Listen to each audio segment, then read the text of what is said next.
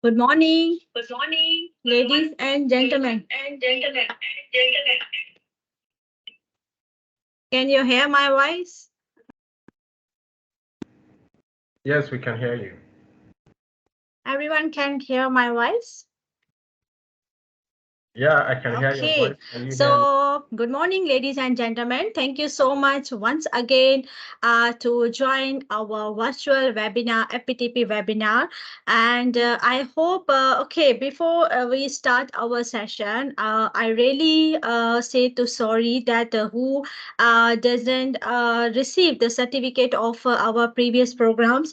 But don't worry, the soon you guys all will receive the certificate of our all the programs that we conducted. Okay, because actually the little bit time of the schedule busyness, so I couldn't manage to provide the certificate. But including today's program, maybe the next week I try my best. Those who already attended our previous sessions, so I will this week I hopefully I will give you or email you all the certificates with the material.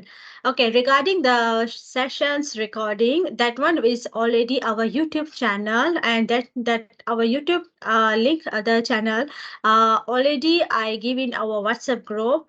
And I hope the all the programs link that you can watch in our YouTube channel. Is it okay? Okay.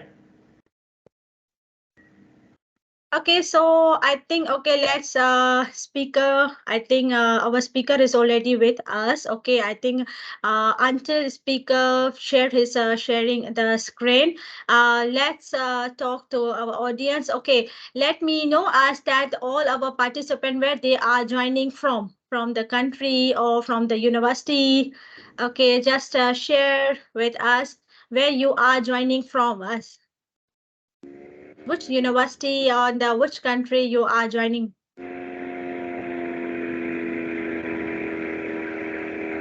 Okay, Dr. Mansoor already joining from Pakistan. Hello, Doctor. Morning.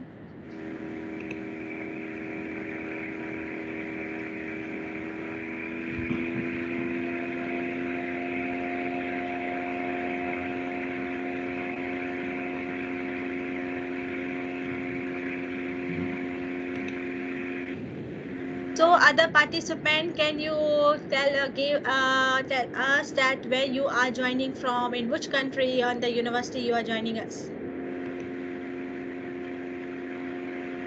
Morning, doctor. My name is Lawan.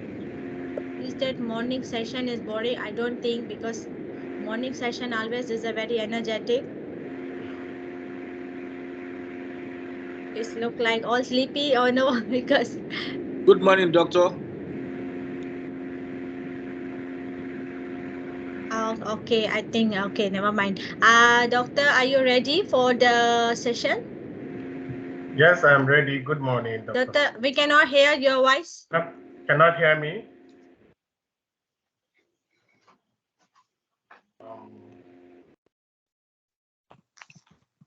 Doctor, we cannot Please, hear I you. can hear you. You can hear me? Maybe you can I can. Hear me from the audience? unmute. Okay, Sharifa from UITM Perak, I think. Okay, oh sorry, Shah Alam, Malaysia. Okay, thank you, Sharifa. Can the audience hear me? I can hear you from my head here. Good morning, everyone. Good morning. Yeah. I hope for other countries this session is not too early, because as the many of our participants joining from Pakistan also, because currently Pakistan the timing is 7:15 a.m. What about other countries? Nigeria, we are Yes, 3 Kazim, p.m. you can Yep. you can switch on Nigeria, your 3 mic. p.m. I think the moderator, I can hear him and you cannot hear Kazim, me. you want to say something? Good morning, You have Hanila from FPTP. Hello, Hanila. Thank you so much for joining us.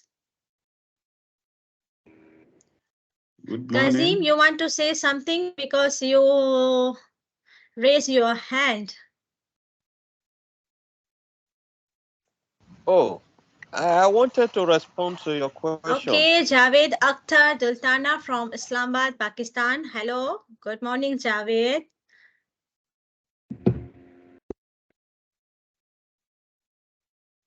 No, Dr. Chris, I cannot hear you. Okay, I think he left the meeting.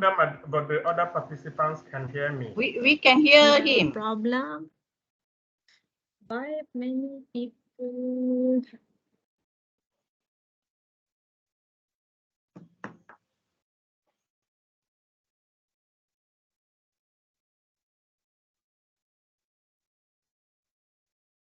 No, doctor, we cannot hear you.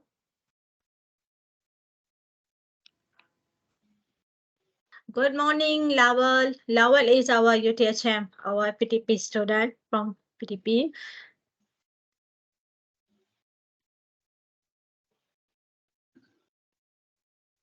Okay, doctor. Hello. Yeah.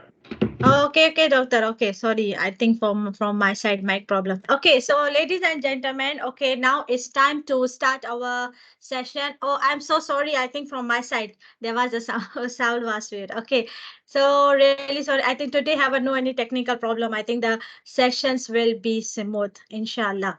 Okay, so okay, let's invite our today's speaker, Dr. Chukwuka, the Christian Ori, and doctor is currently is doing the post doctoral in faculty of technology management and the business in University Tun Hussein on Malaysia.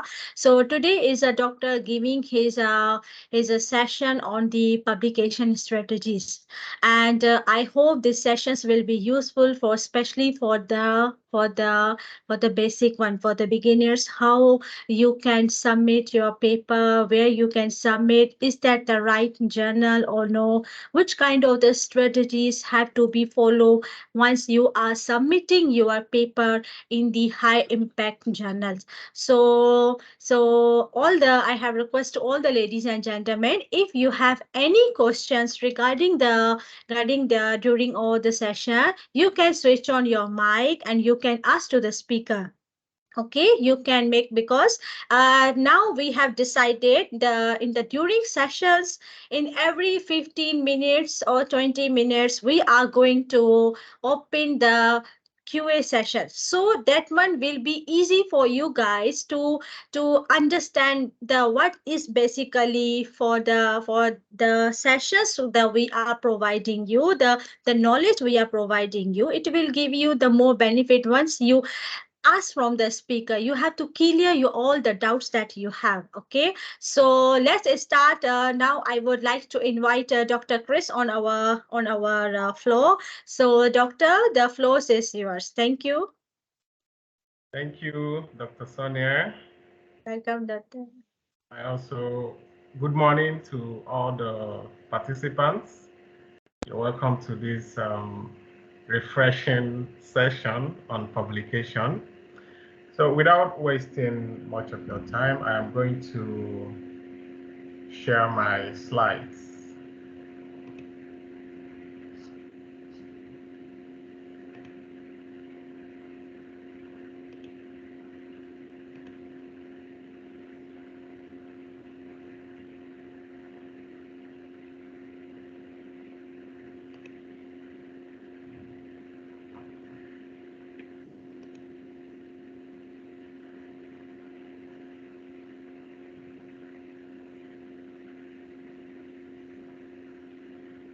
Okay, can you see my screen?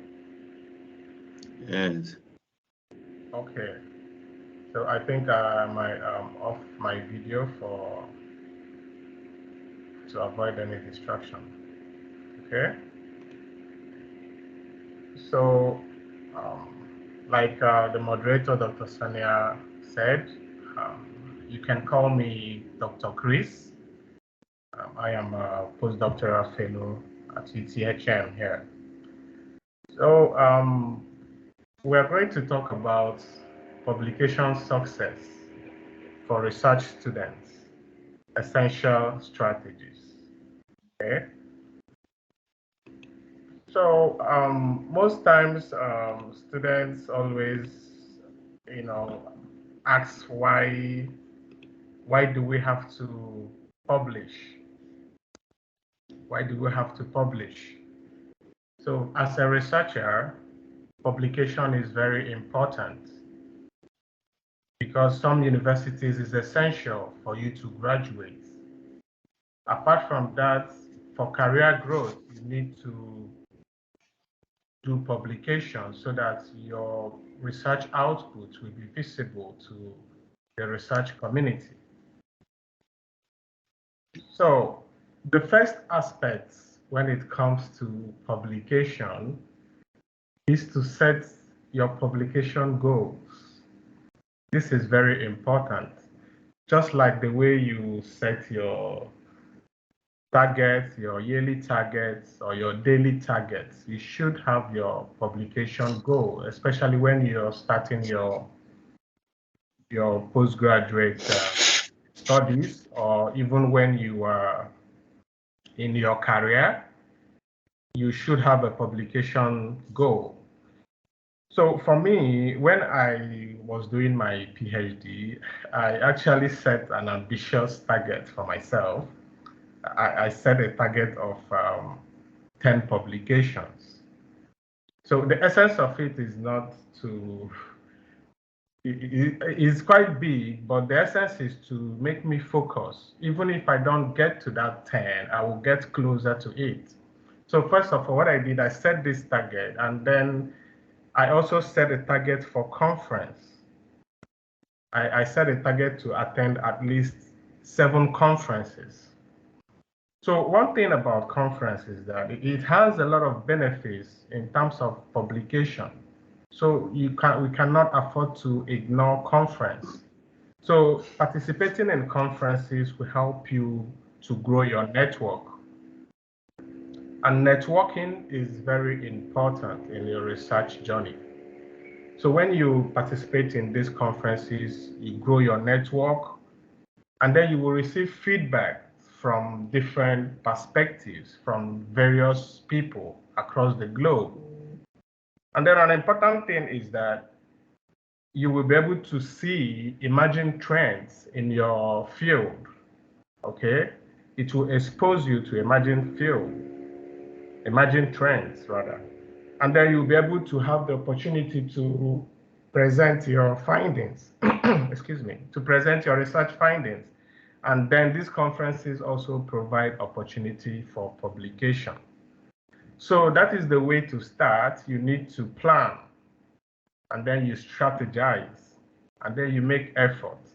So having set this goal, then you will now be able to know what to publish. After setting your publication goal, the next step is what to publish, okay? So there are things you do not publish, and this is, I will talk more about what not to publish in the ethical publishing, but I'll just give a brief summary. You don't publish outdated work, okay? And you do not publish duplication of previously researched work. And then you do not publish fabricated results. This has serious consequences when we're talking about ethical publishing. So what are you going to publish, having set your target? Some people say, oh, I'm just starting my PhD, or I'm just starting my master's, I don't have any data, I don't have anything to publish. You have something to publish, actually. You can start with publishing your final year project thesis. You can start from your master's thesis. If you already have your PhD and you're doing a postdoc or you're working, you can publish your master's research, okay? So how do you do this? Because, of course, master's, PhD, this we're talking about 200 words, 200 pages, sorry, to 300 pages. So squeezing this into 20 pages of journal publication can be a daunting ride. It can be, it's not that easy. But what you have to do is you need to highlight the key points of your research. And then your research objectives can actually be published individually. You can publish one objective in one article, one publication. You split them according to your objectives, and then you publish your dissertation. Apart from that, you can publish your current research. For those of you who have done your proposal defense or confirmation of candidature, as they call it in my university where I did my PhD at Swinburne University, you can actually publish your proposal in form of a literature review. Okay, so these are the early stages of your PhD or your master's research. So you can actually publish a literature review, you can do a systematic review, or you can do a bibliometric analysis. Okay, so these ones do not require you to have your results yet. These are just from your literature findings. You can synthesize your findings and publish it in the form of a literature review.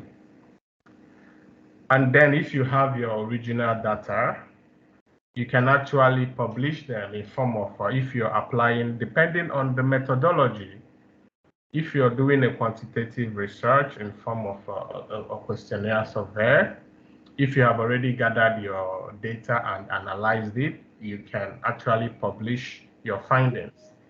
If you're working on a qualitative data like interview, you could actually do the same thing after you have gotten your data and transcribed it.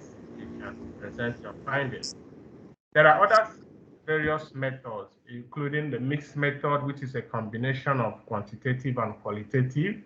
Some people who are into software design and other forms of design can actually also publish their findings.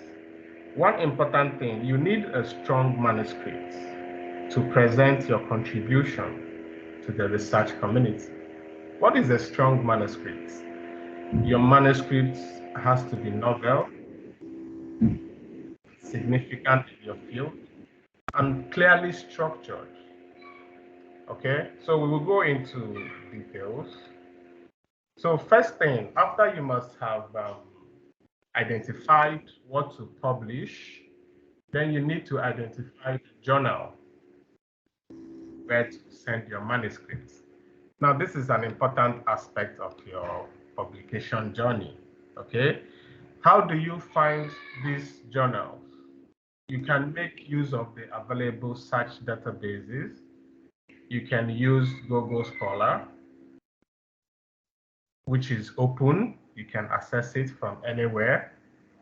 Then you can use Scopus or Web of Science, which you can access through your institution.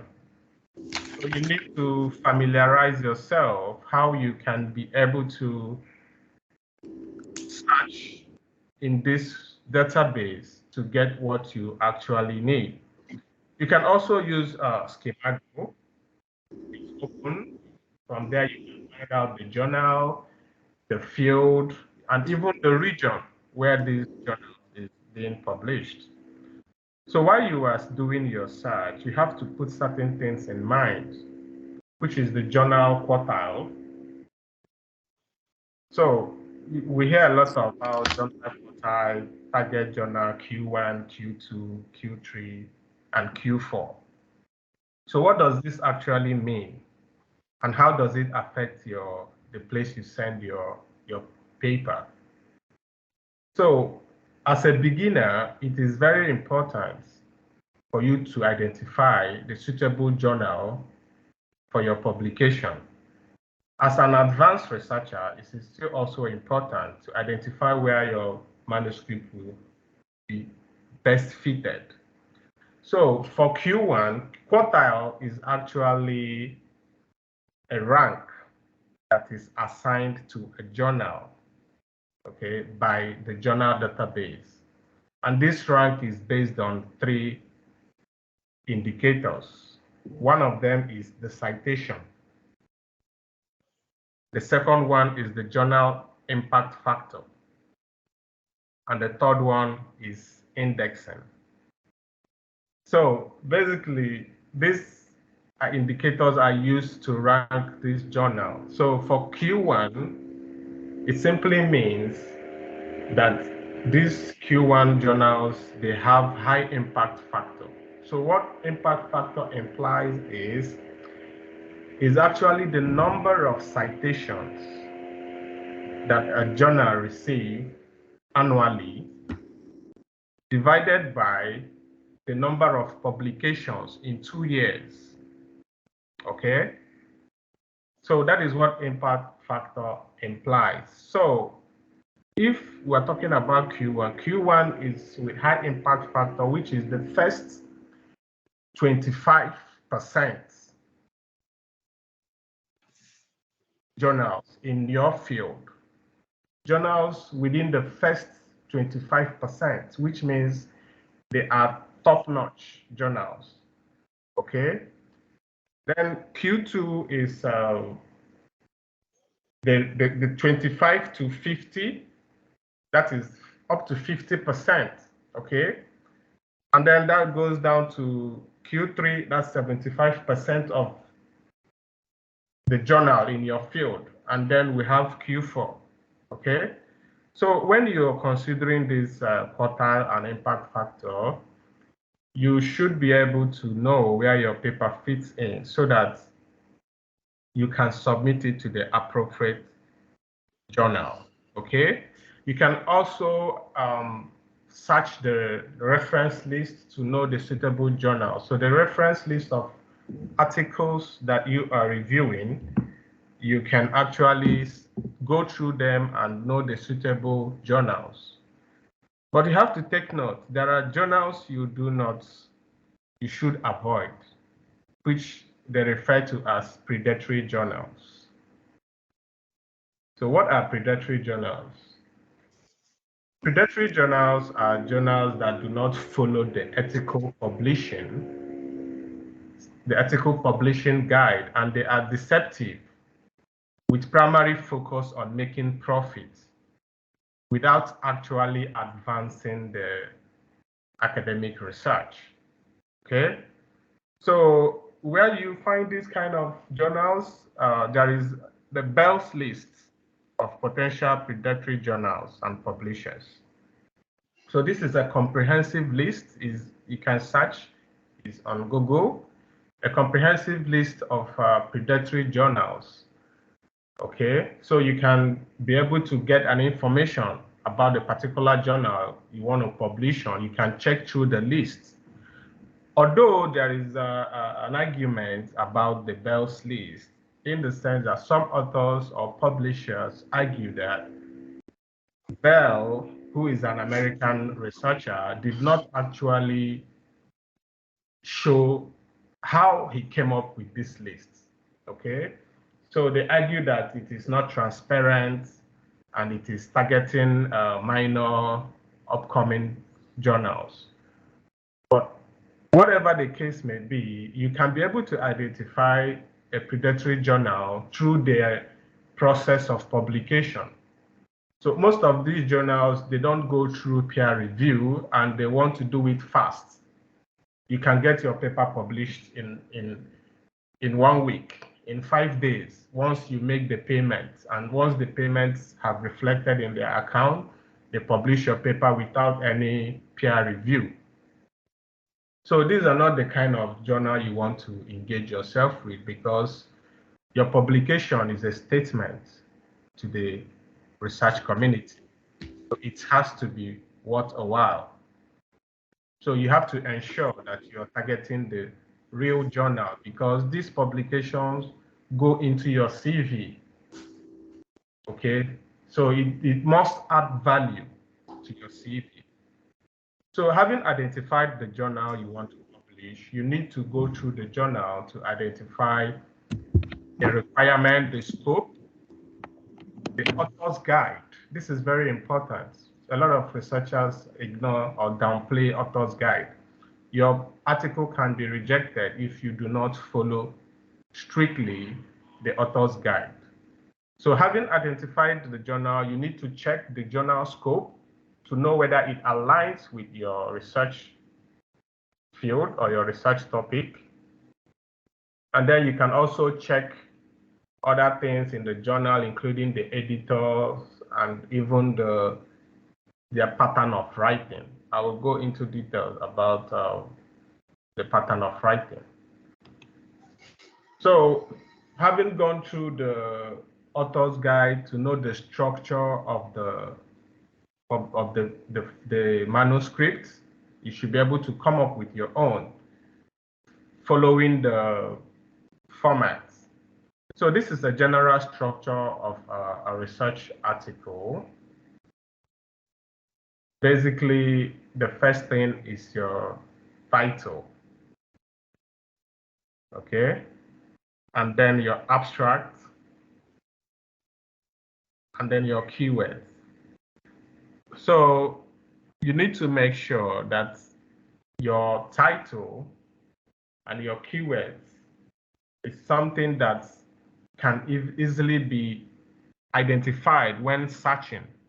And your title should be very attractive and very catchy.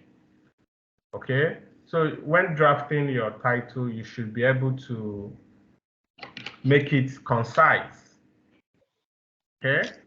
And then when you're talking about introduction, literature review, methodology, your results and discussion and conclusion, you should know that while these things are quite voluminous in the sense that it takes a lot of words, you have to work in accordance with the word count of the identified journal, so that you don't find yourself in a situation whereby after writing and then you find out that, oh, you have exhausted the word count, and then you need to start streaming down, or you need to start writing more if you have not met up to the required word count.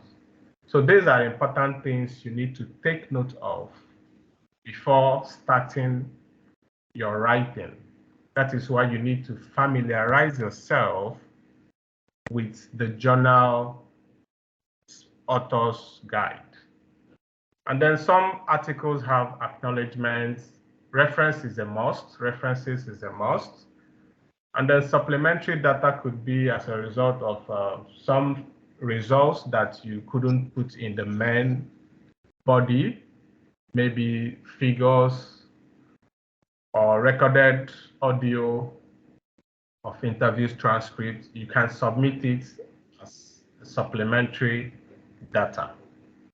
So if you have your structure, then what do? Then you embark on the research proper. You need to search, like I told you earlier. That's why it's called research. You search and you research, okay? But it doesn't end there. You have to start writing.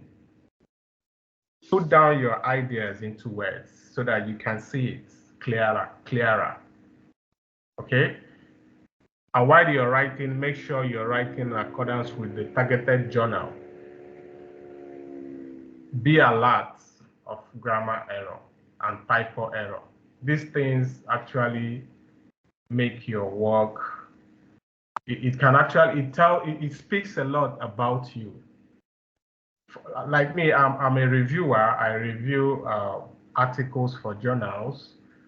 So when I see articles with a lot of grammatical error, it doesn't give me a good impression about the author, and I might reject the paper because you are expected to pay attention into every detail when you're writing your article, because it takes time. It is not good for you after spending all the time to write the article and then you submit it without taking time to edit it or proofread it. So it is necessary, if you have the resources, you can also seek the professional proofreader. It is acceptable in academic publication. There is nothing wrong about that, provided you have the resources. You can also do it yourself, okay? Make sure your publication is free from grammatical error and typing errors. So when it comes to writing statements and making sentences, make sure you make a clear sentence and avoid trying to put all your statements in one sentence. Okay? Avoid trying to squeeze everything in one sentence. No, you need to write clearly. You need to write clearly so that the reader will be able to understand what you're writing. Writing is a communication, okay? So you need to communicate your idea clearly, because some of these reviewers, they are not very patient and they are very busy people. So you have to put them into consideration as well. So when you're writing, ensure that your sentences are clear, okay? Don't squeeze them. So now we're going to details now. We're going to look at the title, for instance. So when choosing a title for your research, your title should contain fewest possible words that adequately describe the content of your paper. It mustn't be very short, but it should be a title that represents the whole body of your article.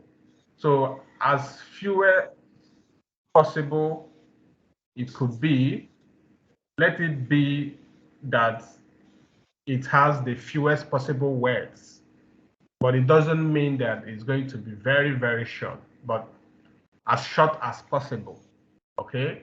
And it must be accurate. It must be accurate and very clear for the reader. Avoid using ambiguous words, okay? And then try to link your title with trending terms. I believe every field, there is a link to sustainability in every field.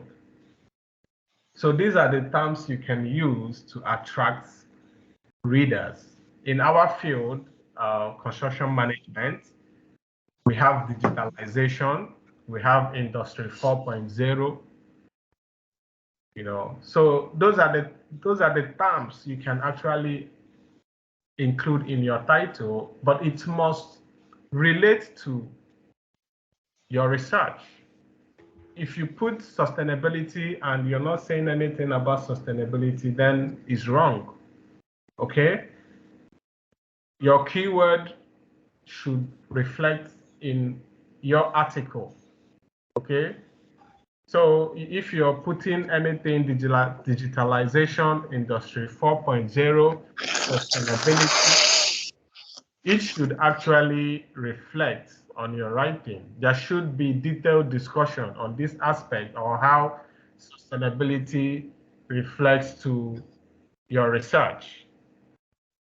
Okay, so when writing an abstract is something that speaks a lot about your publication. Okay, so you need to it depends on the format, 100 to 300 words depending on the journal. The abstract should contain briefly the background, whereby your introduction, the problem, and the aim should be highlighted concisely in your abstract. That is the first thing to do in your abstract. It has a flow. So you follow the flow.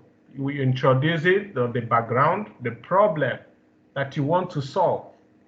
What is the issue? Why are you conducting this research? And then the aim, what you want to, why, now you have identified the problem, and then what do you want to do about it? That is your aim. What? So now you want to do this to fill the gap. Then your methodology should follow suit. you should be able to highlight what method are you using, and then the analysis technique that you will use to address the problem. So this analysis technique, when you get your data from any source, questionnaire, or interview, you should also state how you will or how you analyzed the data. And then you ensure to highlight the findings. Okay, the findings must be spelled out. What did you find? The findings, you must write down your findings, okay, in a clear term. Okay, so like I highlighted here, a clear abstract will strongly influence if your work is considered further. So you need to be aware of the importance of an abstract. And then your keywords. So your keywords must be relevant and specific rather than being overly broad. And then you should try to encompass all the key themes, okay? Make sure you put in all the major keywords in your research, okay? So this is a sample of an abstract which I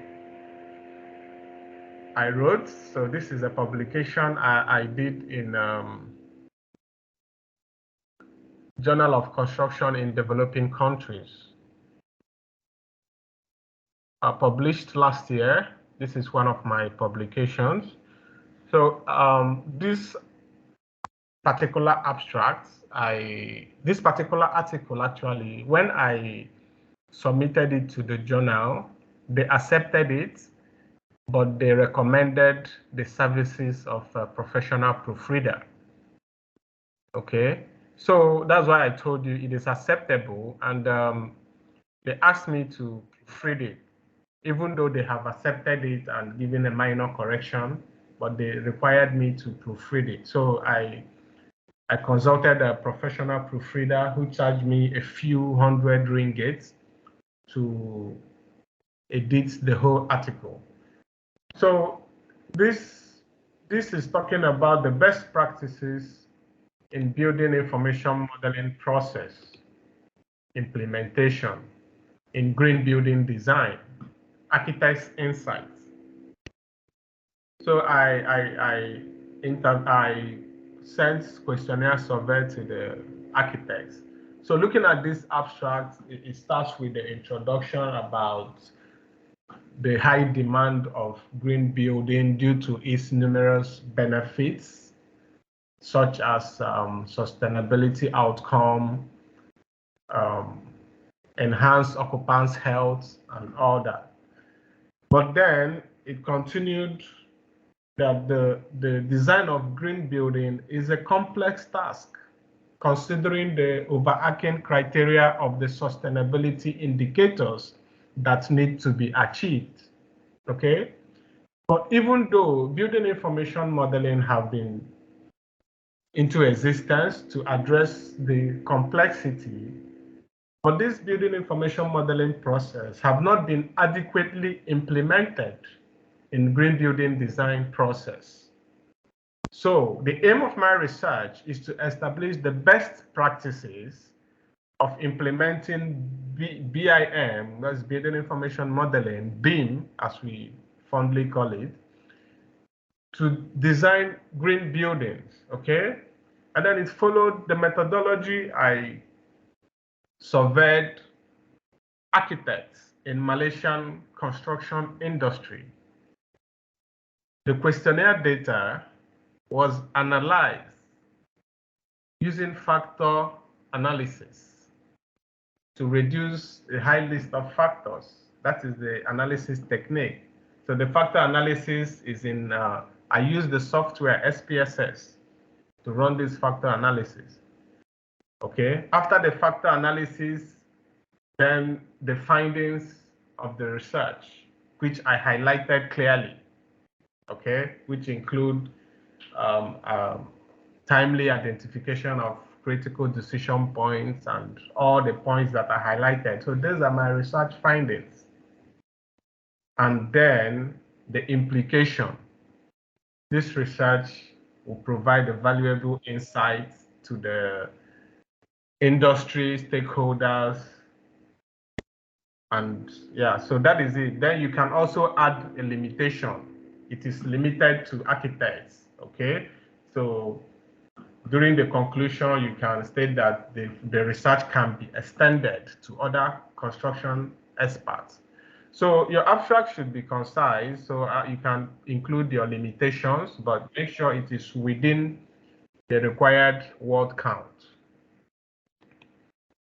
So that is it for the abstract. This is a sample of an abstract extracted from Journal of Construction in Developing Countries. It's a Malaysian journal. Publisher is USM, Universiti Malaysia in Penang. So after your abstract, then introduction and literature review. Introduction is a very important aspect of your research. In fact, a reviewer can decide not to go further if the introduction is not clearly articulated. And then the literature also. So what is introduction? Introduction is trying to let your reader understand what your research is all about, okay? You need to introduce it. You need to provide the background of your study. Very importantly, you need to clearly present your research gap, okay? You need to clearly present what the issue is. So your research gap in terms of what people have done in that field and what have not been done, and how your own study will be able to come in and fill the gap in the existing body of literature. This should be clearly stated in your introduction. And then the novelty of your research. You need to show the reader that this work is novel, that it has not been done before, and then that it will contribute to the body of knowledge. So some people, they are fond of making claims. The research gap, you start quoting research gap, using the example of research gap is this and that without actually showing it. Or you say this research is not, there is nothing bad about stating that your research is novel, but that wouldn't convince the reviewer that your research is novel by mere stating it.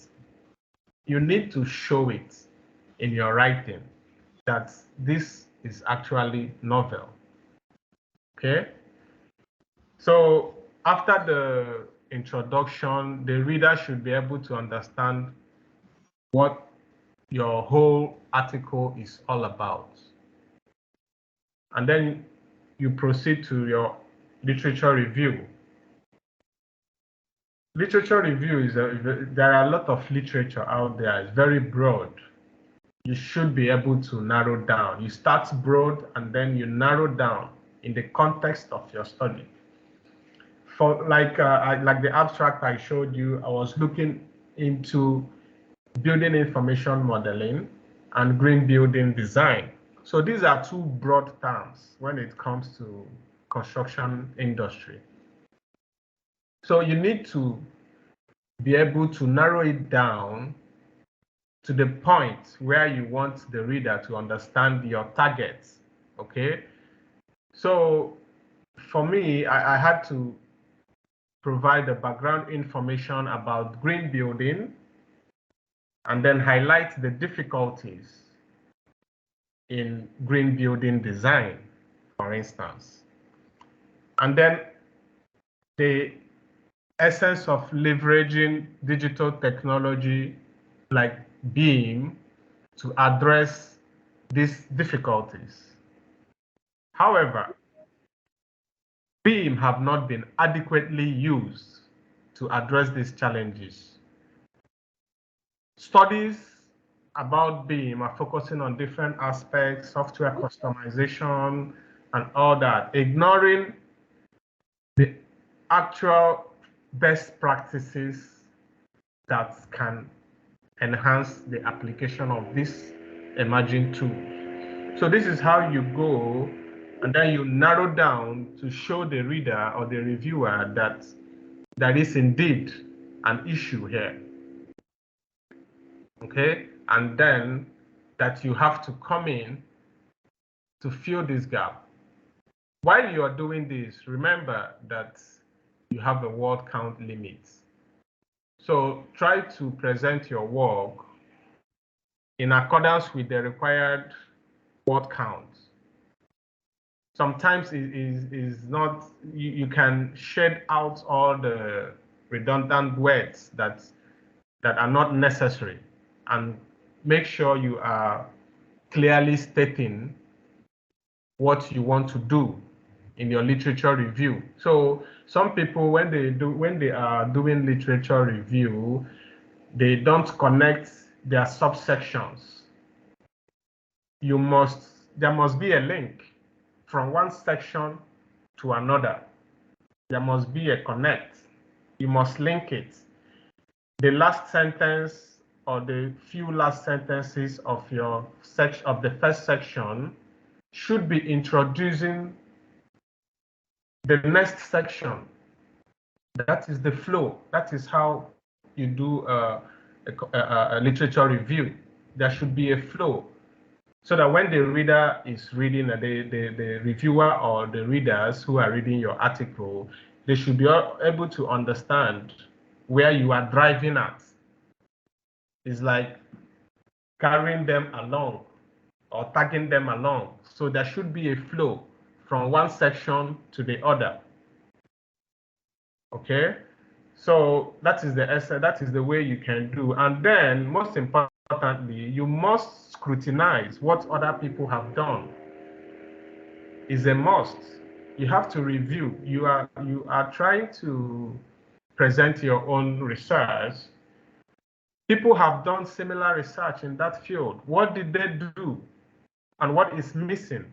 So this is a detailed review of what you did in your introduction. So in the literature, you go into details. And when you are reviewing what people have done, you don't just focus on, for instance, you say, is this person, this author A, 2022 did this, author B, 2022, author C, 2022 again, or 2023. So you need to review what have been done. Some people say within 5 years or 10 to 5 years. So you need to review these articles and extract the relevant ones or the similar ones, what they have done within this span of 4 years or 5 years, to show that what you are trying to present have not been done. And you must do it in a clear way, whereby you need to showcase what author A have done, author A have looked into. Like for my own case, author A looked into BIM software customization, the technical aspect. Okay, author B looked into the application of BIM, focusing only on one aspect of sustainability. Okay, so this within 5 years, from 2018 to 2022, what have been done and what are you doing differently? And then you should be able to, after you have highlighted what others have been done, what have been done, you should be able to provide your own critical analysis of the research that you have reviewed. We need to, I look out for your own words at this point. If I am reviewing, what do you have to say after you have described what other people have done? So you need to present a critical analysis to usher in what you are going to do. This is a very important aspect of literature review. If you don't present your review critically, your paper might get rejected, not even to be revised, because the reviewers believe that you have not done your homework very well. So this is very important. So after you must have reviewed all the literature and provide a critical analysis, you can conclude, you can develop a conceptual framework or a theoretical framework depending on the focus of your research. So this presents your findings in the literature review, okay? And those framework will help you in structuring your data collection instruments, okay? So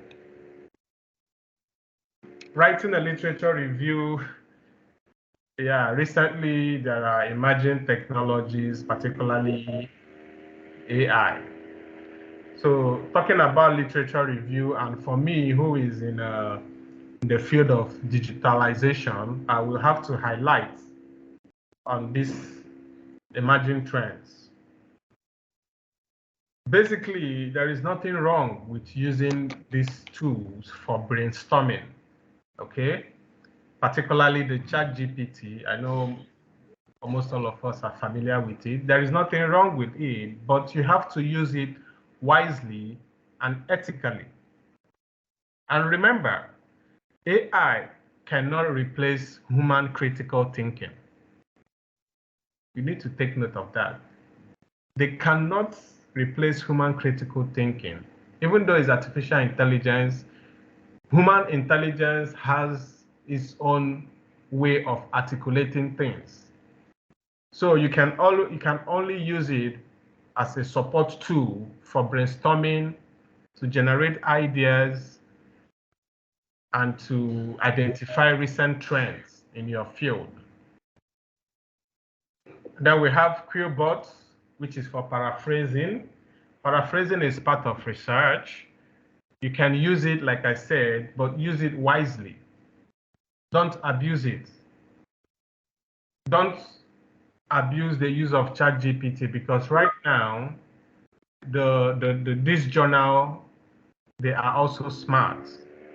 Now they have devised tools to identify if you have used this tool, particularly this AI for writing, if you have used them to write your research. So there are tools that identify that. For plagiarism, we know about Turnitin that tries to identify the word overlap or similarity index. So while you're using these tools, you need to adhere to the ethical practices. Don't abuse them. Use wisely and ethically. Grammarly does a lot in terms of shaping the way you write. Your grammar and typing error will be detected, and it helps you make suggestions for you to enhance your writing. So these support tools help you in your literature review. You have to take advantage of them. For me, the way I perceive it is like having a car which will help you to arrive your destination early, and then you choose to walk, okay? The car have been provided for you to drive. You don't have to stress yourself. Life is precious, okay? So you can take advantage of them, but don't abuse them. There are also referencing tools like EndNote and Mendeley. These tools support you in your writing, so you can take advantage of them. Some of them are open source.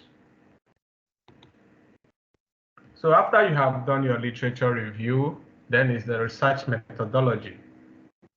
Research methodology is another critical aspect of your publication. You must clearly articulate your research methodology. First of all, which research method are you using? You must be able to identify the method. And then, what instruments are you going to use to achieve this method? So this falls under your research design. There are several instruments. If you're talking about experiments, for my colleagues in the science, pure science, my friend will always go to the lab and conduct experiments, and that is his research design. Those who are in software development using different programming language, C#, Python, C++. So those are the instruments that you will use. For quantitative research method, you use questionnaire, survey, and other means. And then for interview, you can use, then for qualitative, you do interview or observation. It all depends on the method you are adapting in your research. Then after that, you should be able to identify the participants or the samples that is going to be used. Okay, so the participants could be human participants, it could be animals you are observing, it could be materials. You also include how you recruit these participants. How did you select them? How did you go about collecting data from these participants? So these things have a protocol. You need to show the flow. It's a process. It's a process. If you're doing a quantitative research, for instance, you're using an interview. Sorry, you're using a questionnaire for your quantitative. Then, how did you generate your questionnaire items? Is it a new questionnaire you are initiating, or are you adapting from previous study? Okay. After you have structured your questionnaire, what are the preliminary validation and reliability tests that you have done to ensure that this questionnaire is suitable for main data collection? Okay, so you need to do your pilot survey, you need to do your validation, maybe face-to-face validation, send a questionnaire to experts to scrutinize and give feedback. And then you do your reliability test using the popular Cronbach Alpha. Okay, and then when you must have ascertained that your instrument is reliable and is valid, then you can go into the main survey. Okay, then after the survey, it still has a process. When you have collected the data, are there responses that are incomplete? How do you resolve that issue? You also examine your data and know if they have been adequately answered. When you have ascertained these things, then you can dive into your analysis proper. So when you're doing your analysis, you can use the statistical method. There are different kinds of analysis. There are more detailed analysis. Some people do descriptive analysis, and then there is regression. Okay, in the sense that you use a structural equation model in MOS or smart PLS. So you have to, those analyses have their own details as well. For instance, if you're running a structural equation model in MOS, it has a 5 logical flow, which you must follow, including data model specification, modification, and all that. You need to follow the 5 logical steps to be able to run the analysis correctly. There are certain indices that you need to achieve. So you need to provide justification that the analysis attained such indices or goodness of fit before you can start interpreting your results. Okay, so when you are doing these things, you need to consider ethics.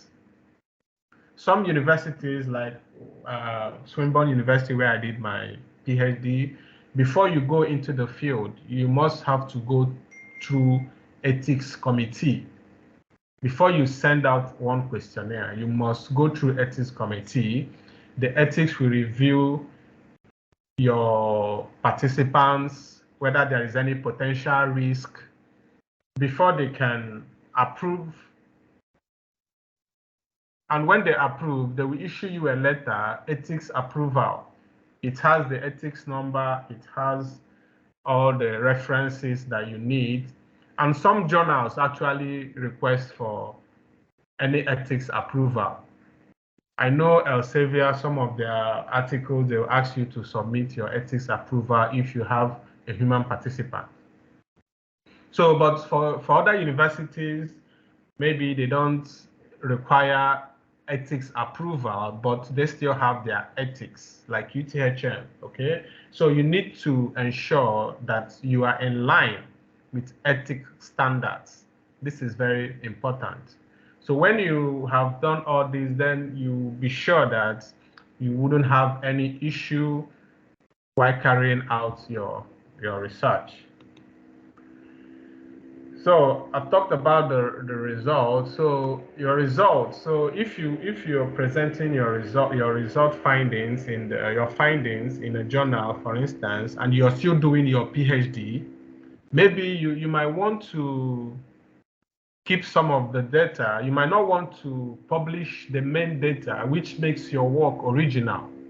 Okay, so you can publish part of your findings. Maybe if you have 5 or 4 objectives, for instance, this is my own point of view anyway, you can publish objective 1, 2, while keeping your main findings novel. Then if you submit your research, you can actually publish the rest of them. That is the way I did in order to ensure that my research is novel, because I had an experience the last time. I was writing an article, then I sent it out. After writing the article, I sent it out to quite a high impact journal, but the article didn't cross the initial stage. The editor got back to me and said that this research has been published by the author, and the problem that the author is highlighting has also been addressed by the same author. That means there is nothing new. So if I want to make this novel, I should go back and find out what others are doing or what have been done, instead of basing my problem based on author Ohueri, Chris. Identified that there is a gap. Meanwhile, what did other people say? Okay, so this is one thing you need to be able to point out in your research. Make sure you have points. You view these problems from different points of view. Okay, so if you're publishing your own paper for article publication, for journal, for publishing your articles in the journal, there is nothing wrong with self-citation.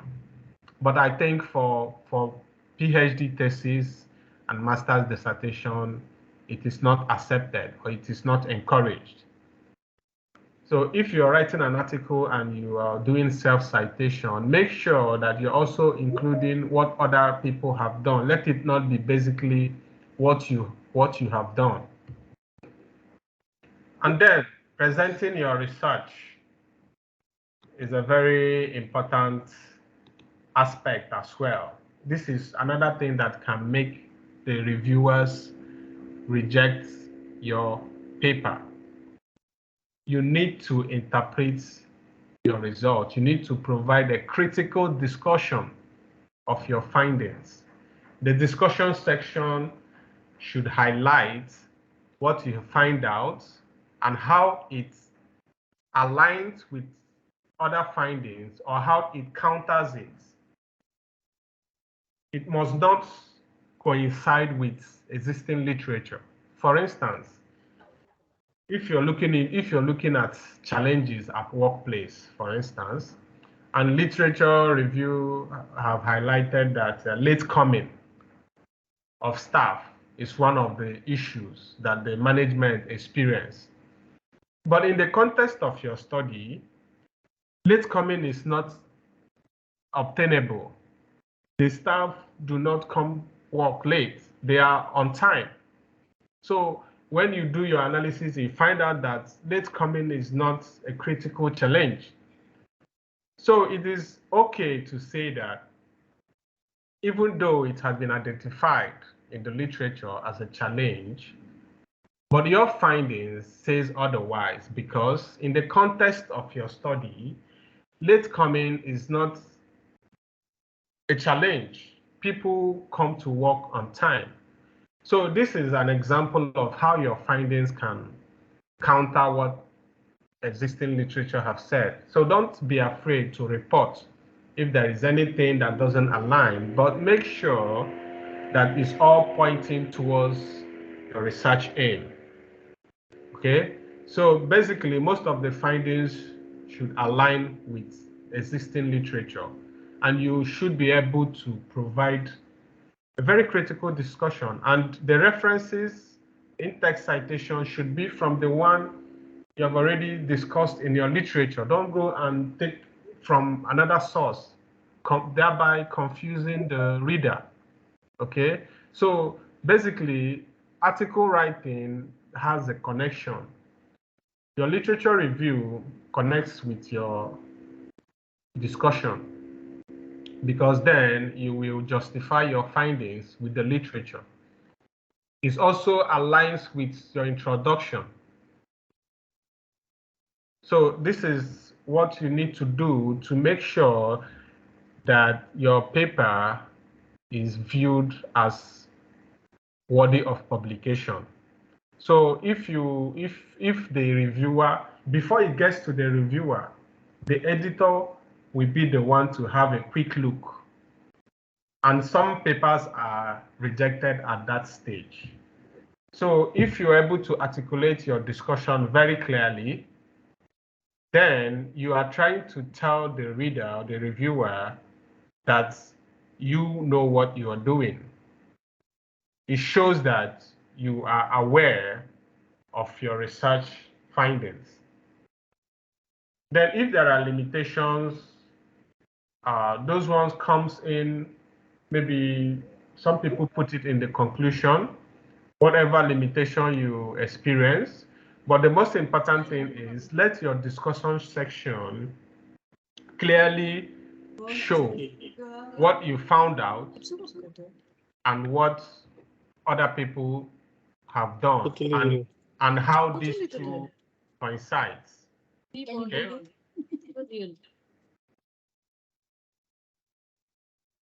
Then conclusion is another aspect that researchers overlook.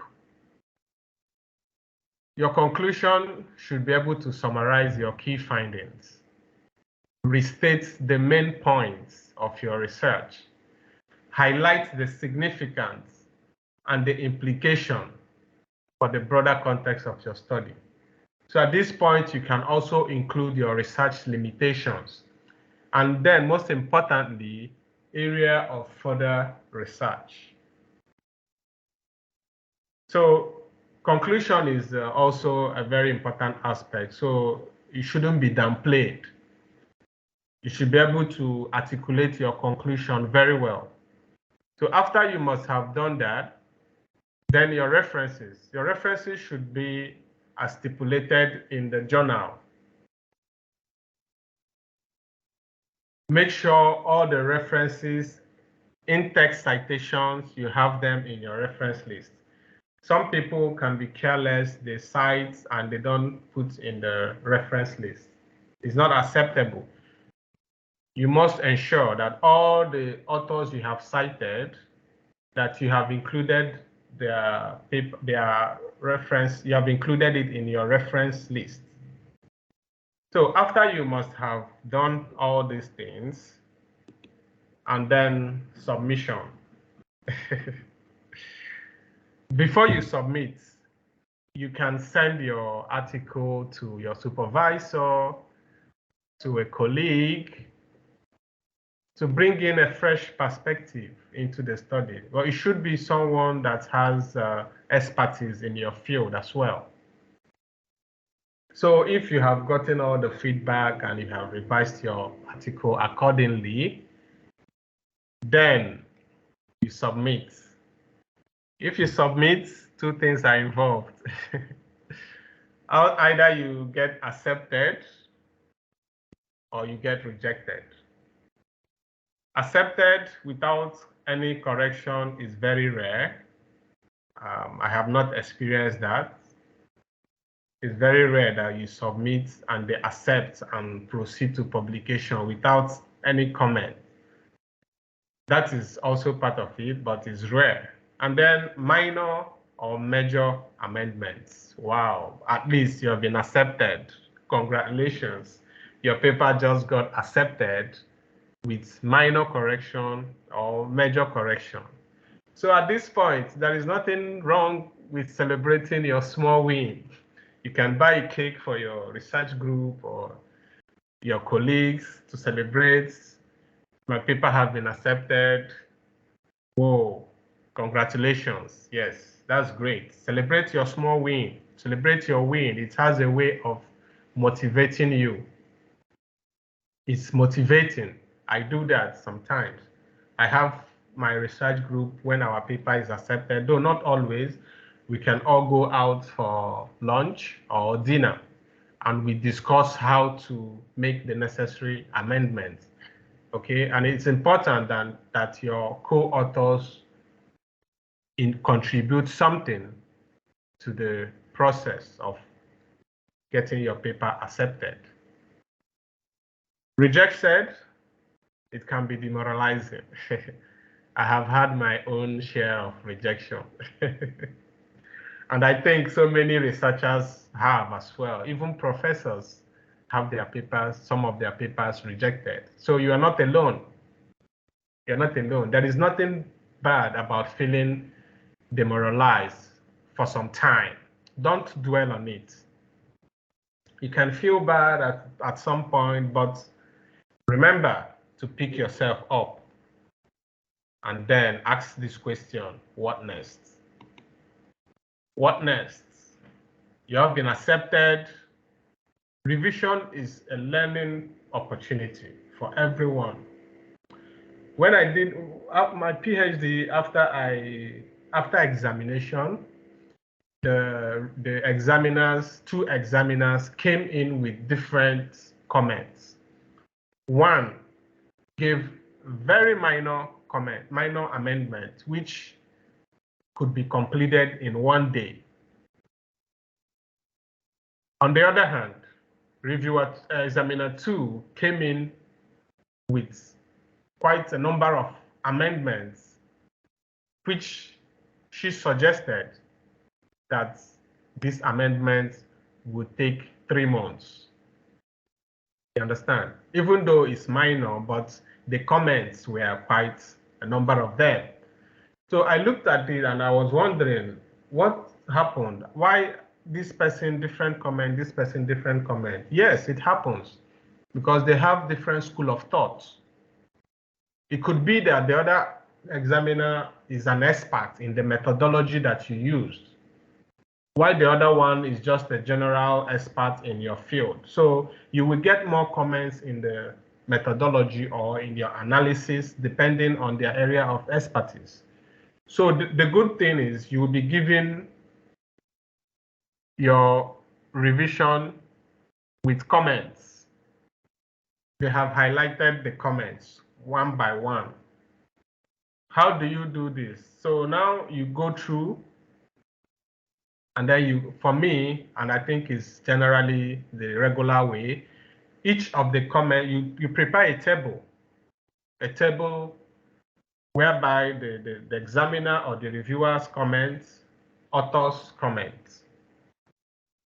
You cut each of the comments and paste it in the examiner's comments, one after the other, okay? After you must have put in all the comments, all of them, then you start addressing them one after the other. And while you're addressing them, you should specifically state what you have done, what page, okay? the page, and what you have included. So this helps the examiner to be able to identify your amendments and read through and ensure that you have done it correctly. Now, let me tell you, accepted with correction and you rush and do a lazy work, for instance, your paper can get rejected. I have seen it happen to a few people.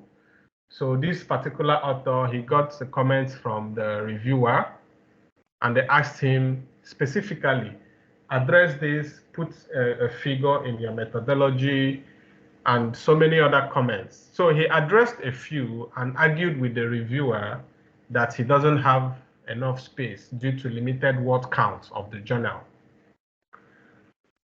The reviewer gave, after a month or two, the reviewer came back and recommended rejection, citing that the author, it is not appropriate for the author not to address the comments. It is not acceptable.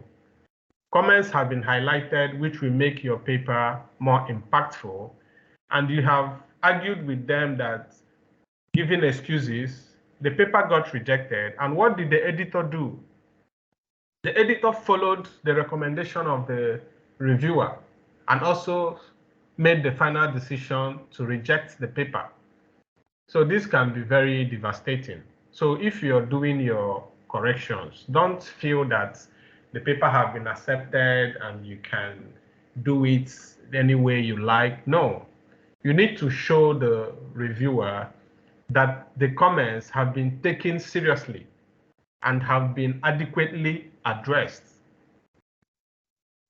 Getting to this stage is not an easy thing, so don't take it for granted. You need to address it adequately so that your paper will be finally accepted.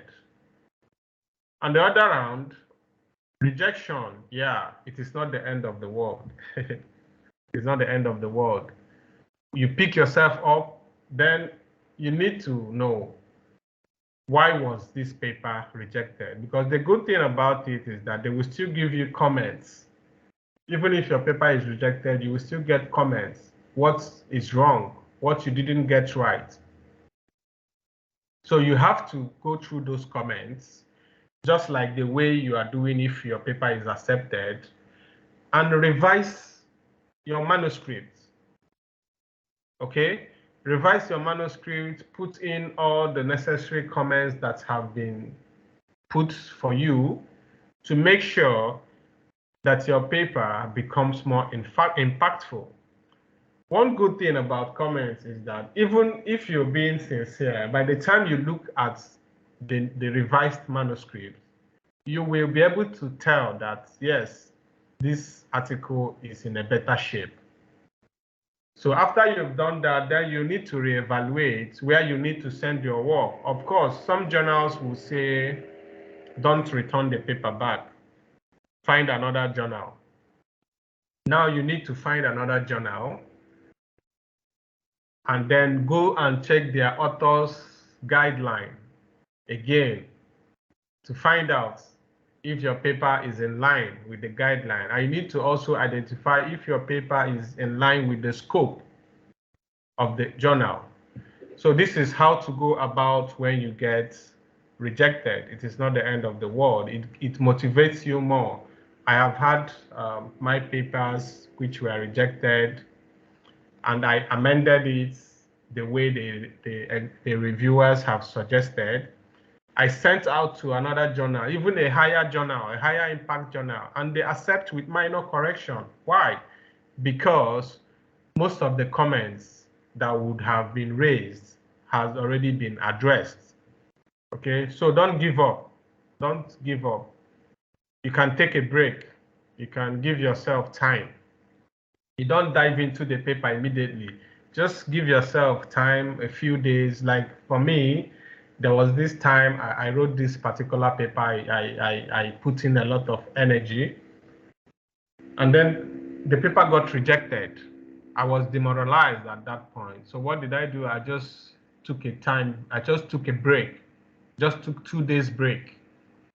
Then I went to the beach just to, have a chilling atmosphere and then re-strategize what to do. And believe me, I came back stronger, and that paper got published because I revised it and then sent it to a better journal, and it got published. But there are papers that when you look at them, you find out that this paper is not actually worth it. Maybe the title or the scope or something is wrong with it that every journal rejects it. So what you do is you try to widen your scope. Try to widen your scope. I remember sending an article to an European journal. So they argued that the article is specific to the context of Malaysia, because I was looking at tropical climate. So they said no, that their readers will not be attracted to this kind of research because their readers are mostly European, that I should try to revise it and not focus it on tropical climates. So these are ways you can actually play around and widen your scope a little bit to make it more attractive. Okay. So after that, another important issue is publishing ethics. When it comes to publishing ethics abuse, the much used phrase publish or perish has become in reality publish and perish, in the sense that you will get your paper published, but there are whistleblowers everywhere. It could be a researcher in Singapore or in tropical Africa working on a similar research, downloading papers online, reading them to enlighten himself, and then he finds out that these 2 papers are actually the same, different author, the same exactly, the results, the findings, everything. He raises eyebrow, and believe me, that's one thing about academics. We believe in upholding, the right thing. Such people will actually write to the journal and highlight these things to the journal. You might not know the person doesn't know you, there is no relationship, but because it's about ethics, they will write to this journal, and the journal will review, and they start tracing back. And it's a serious offense. There was a situation in Germany where the minister, his PhD thesis was revoked. His PhD award was revoked due to plagiarism in his PhD thesis. You can imagine how serious it is. Plagiarism in academics is a serious offense. Okay? And then fabrication of results. You don't go and fabricate results and publish. If you are caught, it's a serious offense. Duplication of work. So when these things happen, the journal will tag your paper retracted. So anybody downloading the paper will see this retracted, and of course that paper doesn't count anymore. Nobody wants to get involved with this kind of situation. So that is why publication is a journey. And while you're in this journey, you must follow the ethics in publication. Ensure that you present true and original findings. Follow the method, the strategies that have been highlighted, and I assure you, you are almost there getting your paper published. There is no 2 ways about it. I am telling you from my experience as a researcher and as a reviewer, and even as a guest editor of recent. So these are the things that they look at. And if your publication, if your manuscript is in line with all the basics, you have presented your paper adequately from the abstracts down to the introduction, then the literature review, which is very, very important. So each section should be clearly articulated. Remember, you need to use recent references. Don't go and cite, yeah, there are theories that are old, Maslow theories and theory of business reengineering. Yes, those are old theories. There is no problem. You can use them, but you have to support them with the recent trend in that context. Okay, so that is it for publication success. And yeah, I'm open to questions. Thank you very much. So I'll pass to the audience. If you have any question, you can ask. Okay. Thank you so much, Doctor. So I think let's start our QA session.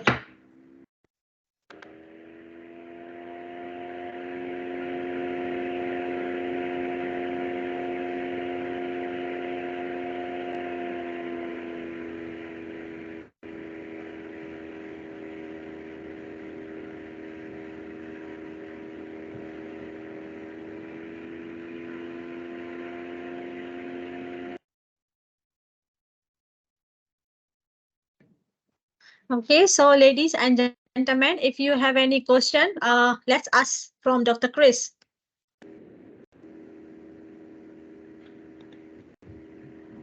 Any question from audience?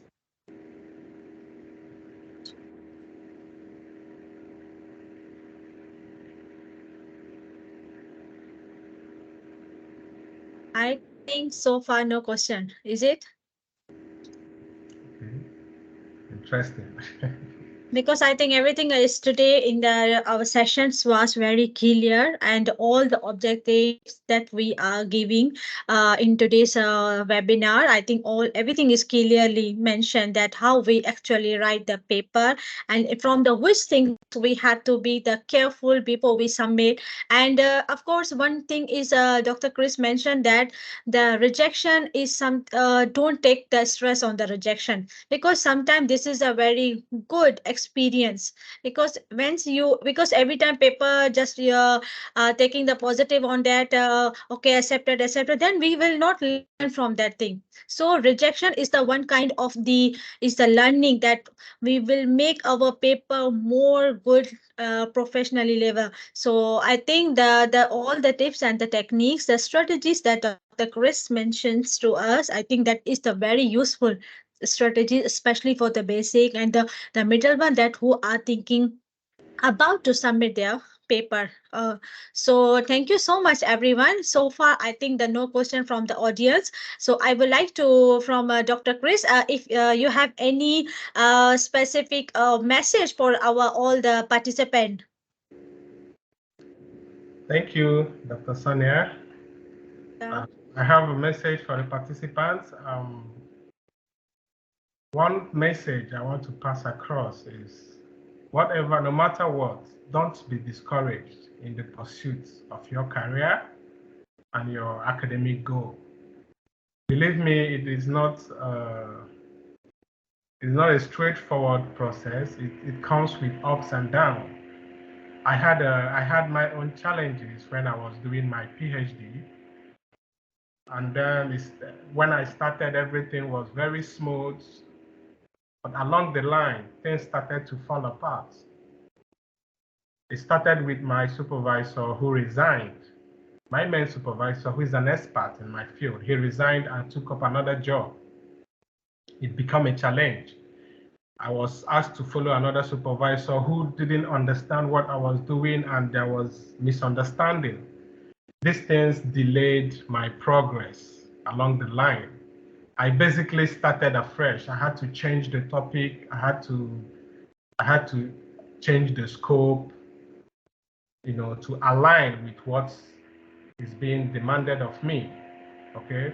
But in the midst of all these challenges, I took a positive step.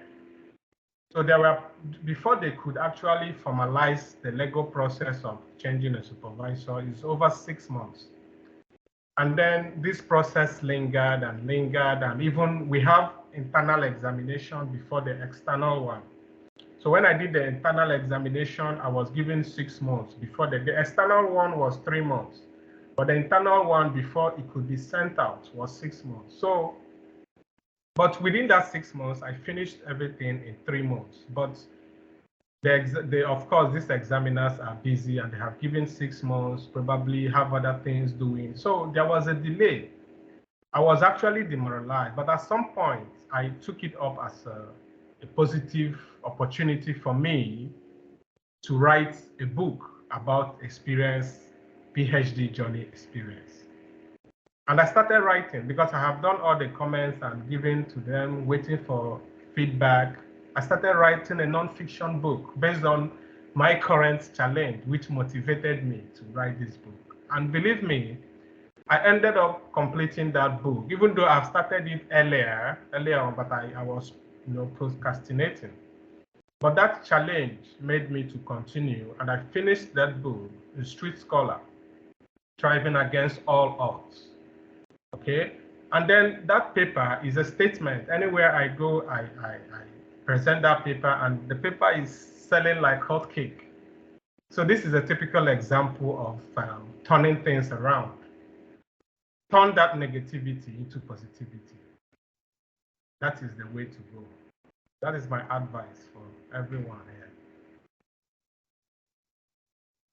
Okay, thank you so much, Dr. Chris, for the wonderful the advice and share the experience that you share with our audience. I hope from this advice or this experience, you guys also will get the many hopes that never ever give up. Whatever the decisions comes from, especially from the publication, never give up. Okay, so now I would like to thank you again, Dr. Chris, for accepting our invitation for our today's webinar. So let's participant. Thank you so much once again for joining our Thank today's you. webinar. And okay, so one more announcement. We have next, I think the 16 or 17 September. Maybe we have another session on quantitative analysis only. So I think that soon I will be sharing the our all the WhatsApp group or the all the platform that you are you join with us. So I will share. So I hope don't be miss this quantitative, because that quantitative analysis webinar is very important, because the speaker that I will share details, she is more experienced, very excellent and the professional in the quantitative analysis. So, okay, regarding our today's webinar and all our the previous webinar, I will share all the e-certificate with the material. So don't worry, all my participant audience. I know that you are waiting for all the certificate, but don't worry. The soon I will email you. Okay, and regarding the today's sharing session, so I will share in our YouTube channel. Maybe by today I will share it, and the link I will share again in all my platforms. Okay, so now, thank you so much, everyone. On the behalf of our Deputy Dean, Prof. Asrul, today he couldn't manage to join our webinar because Prof always give us the opening speech for our webinar. But today, because of the schedule, he's a busy schedule, Prof couldn't manage. So Prof say all behalf of him, he said thank you so much everyone for joining our webinar. So I hope see you soon Thank with you. again new webinar with another. Thank you so much everyone, take care, and see you again. Thank you. Okay, and yeah, one Bye. more, don't forget to fill the feedback form. Thank you so much. Thank you. Okay, thank you so much everyone. Thank you, Dr. Sonia. Bye-bye. Thank you, Okay, bye. Doc. Thank you for the session. Thank you.